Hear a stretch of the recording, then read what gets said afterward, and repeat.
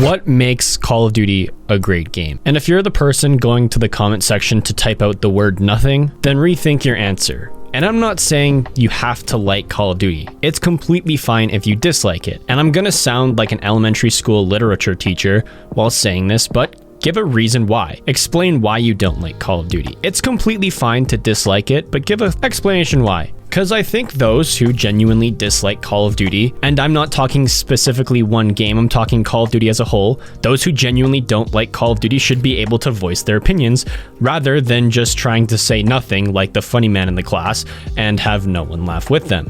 I want to hear those who don't like Call of Duty and why they don't like it, because I think there's some things to learn from those who don't like Call of Duty, as well as the studios can learn from those who don't like Call of Duty and make changes for future games.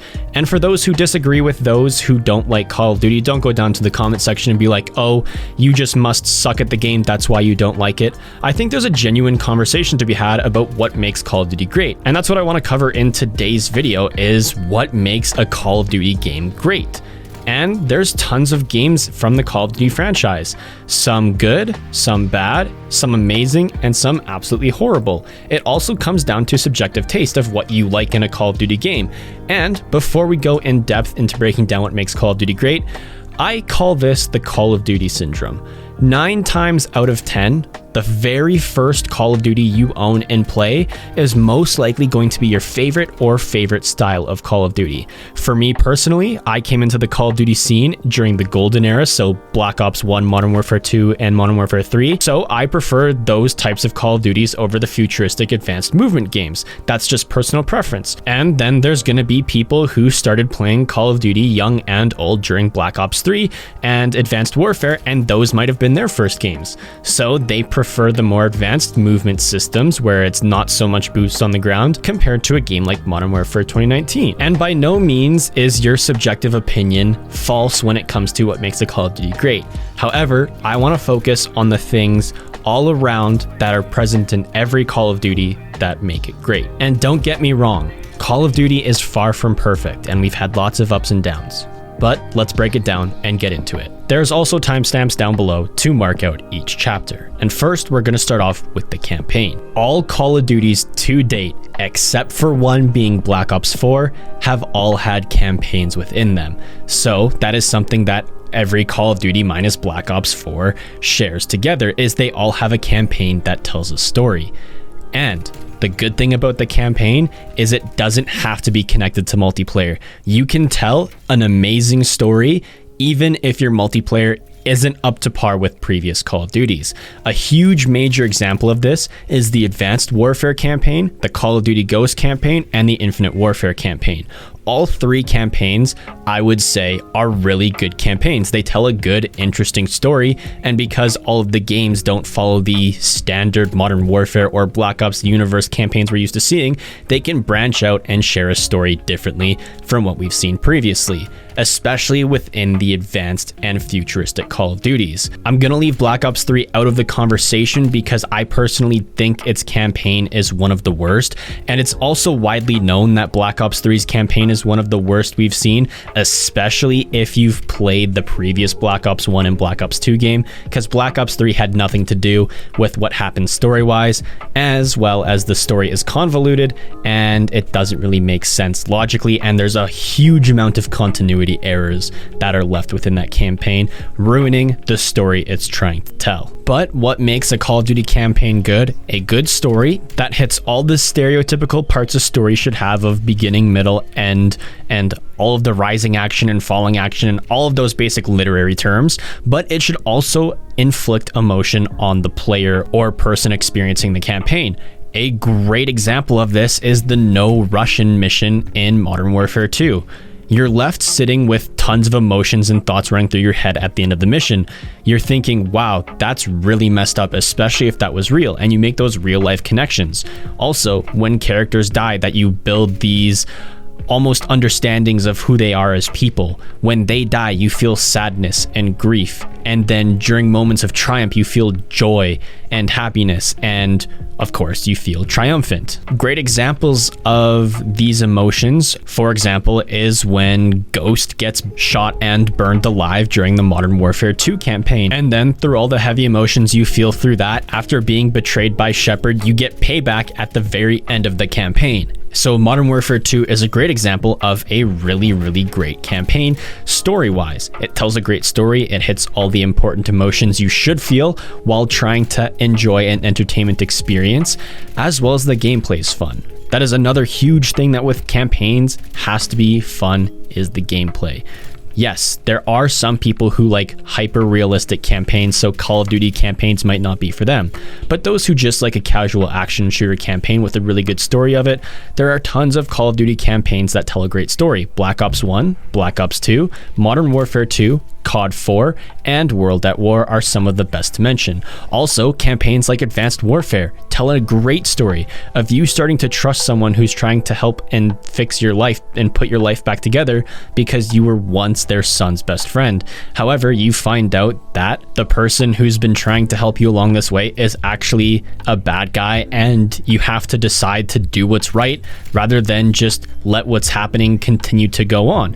There is tons of these great storytelling examples within the campaign, and that is what makes a great Call of Duty campaign. Yes, there are some missions that are kind of filler, and there are some game sequences that seem a little bit too unrealistic to believe. An example of that being the Call of Duty World War II sequence where the train crashes and you have about 6 to 10 train cars fly over you and hit everything around you but you. Stuff like that, of course, is there for the wow factor, and it seems like a Michael Bay directed scene at that point, but stuff like that can take away from the emotions that you do feel in Call of Duty's campaigns. So you have to find a sweet balance of story, emotion, and realistic gameplay. And keep in mind, the campaign is where you want the most realistic stuff to happen within a Call of Duty game, because you can't have realistic stuff happen in zombies or multiplayer, because that's just not how they work. Speaking of multiplayer, what makes a multiplayer game great?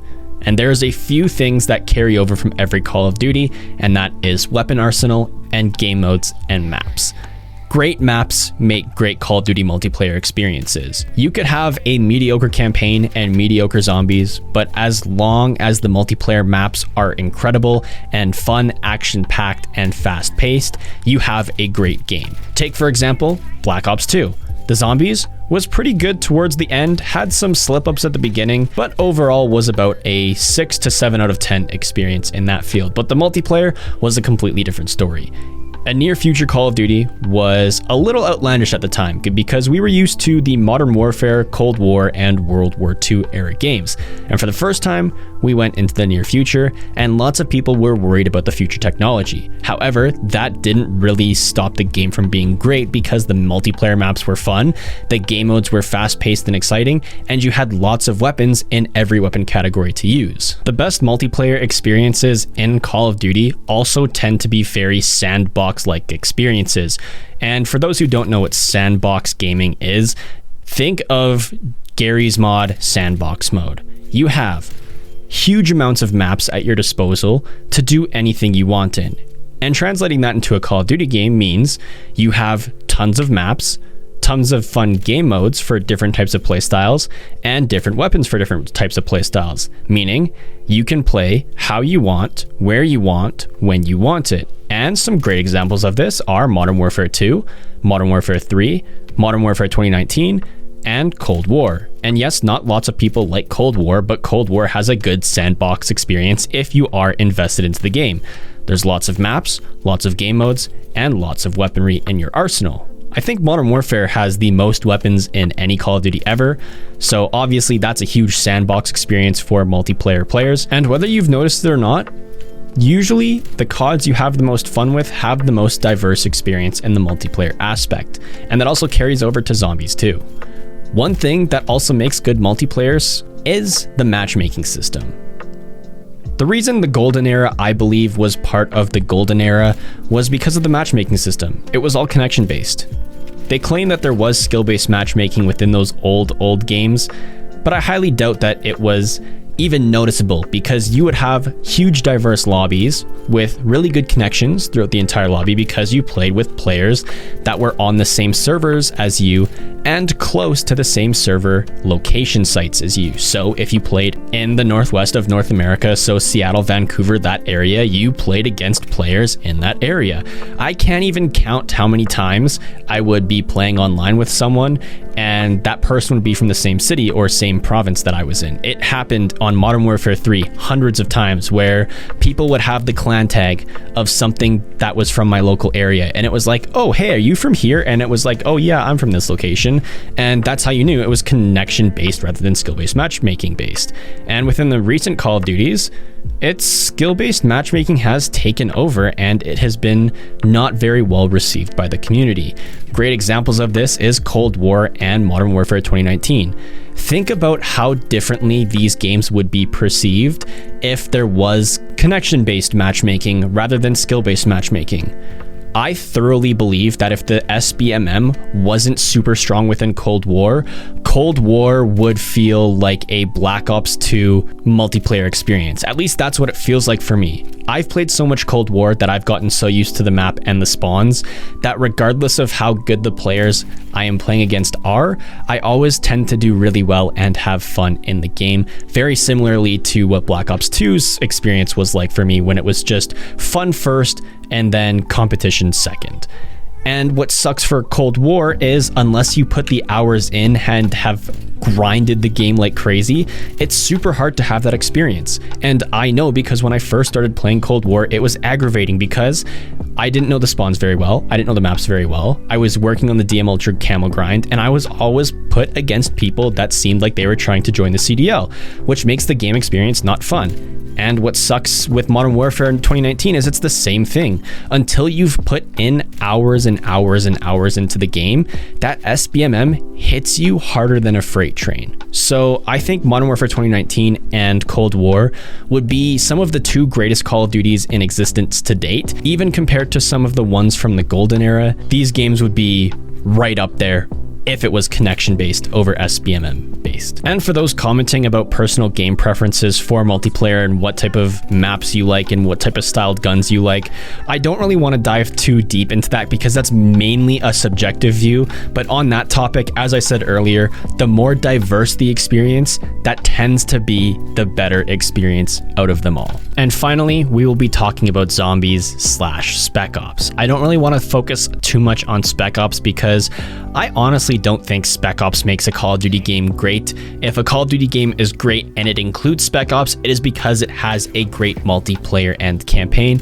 Take, for example, Modern Warfare 2019. I don't know a lot of people who play the Spec Ops, and I never even considered or even remembered it was in the game until a conversation I had a week ago of whatever happened to Spec Ops.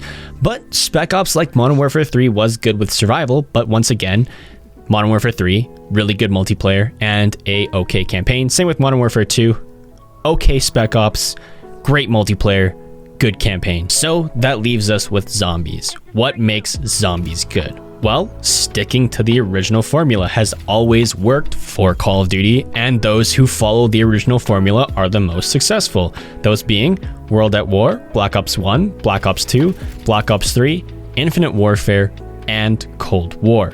And what makes those games so interesting is they're unique and they take you to locations you typically don't see within first-person shooters. For example, for a military first-person shooter, super unlikely that you'd be fighting in Alcatraz, but you're fighting zombies in Alcatraz. In Treyarch Zombies, you have tons of great locations: the Moon, Shangri-La, Mob of the Dead, Origins, and that's just to name a couple. I could go on, like the toppled skyscrapers of Die Rise, the underground mining city of Buried, and so on and so forth. We see these cool locations that can only be realistically put into these co-op game modes, and it sticks to a simple formula. You don't have to be very good at zombies to have fun. Some of my favorite memories in zombies were from when I wasn't good at the game. My most vivid memory of zombies ever is the very first time I played Transit. I only made it to round 2, but man, staying on the transit bus while zombies tried to break in was exciting, frightening, and fun all at the same time. And I didn't have to be very good at the game to enjoy it, and that's something that Zombies has always been really good with, except for the games of Advanced Warfare, World War II, and Black Ops 4. These focused more on the hardcore Zombies audience rather than the casual, making the casual players have a worse experience overall. And I can say this because I am a hardcore fan and a hardcore Zombies player. And every time I would play Advanced Warfare, World War II, or Black Ops 4 Zombies with my friends who just played casually and would play Zombies maybe like bi-weekly and would go to like the highest round they could, which was like round 25 on some of the new DLC maps, they struggled a lot on those game modes because it gets difficult really fast, as well as there's a lot that goes on, and it's more than just point and shoot if you want to succeed. Now, you could argue that Black Ops 3 was very story based, but if you were a casual player, you could still play the maps of Black Ops 3 without having to do the story because the gameplay at its core was simple. It's when you go away from that simple core gameplay in Zombies where you start to destroy the experience for casual players. Now, I must say, as a hardcore player, I loved World War II Zombies. I loved the difficulty and the story and the grittiness of it, but I completely understand why those casual players didn't like it. So the best way to do a Zombies experience is keep it simple at its core and then build off of that core experience with story and intricacies for some of the more hardcore players while keeping the locations interesting. Cold War is a weird mixed bag of this. It has that really good core gameplay and it has little intricacies here and there, but if you're a more hardcore player, there's not a lot of story there for you. You have to go out of your way to get the story, and for a hardcore player that's super in-depth in the game, that might not be a big deal. But for those slowly getting into the Zombies storyline and starting to enjoy the intricacies of Zombies, they have to do extra work rather than just being told a story like we were in Black Ops 3. And unfortunately, Cold War Zombies doesn't have interesting locations. We have Nocturne Toten, which is in the middle of a forest with a secret old abandoned Nazi base underneath, and then Firebase Z. Oh, once again, another military base. Of course, this one has more color and contrast and some more interesting buildings around, but at its core, it's still a military base. And having diversity makes Zombies great in Call of Duty. And a little off topic, but I hope for Cold War's sake that they don't have the Advanced Warfare effect. And the Advanced Warfare effect was in Advanced Warfare Zombies.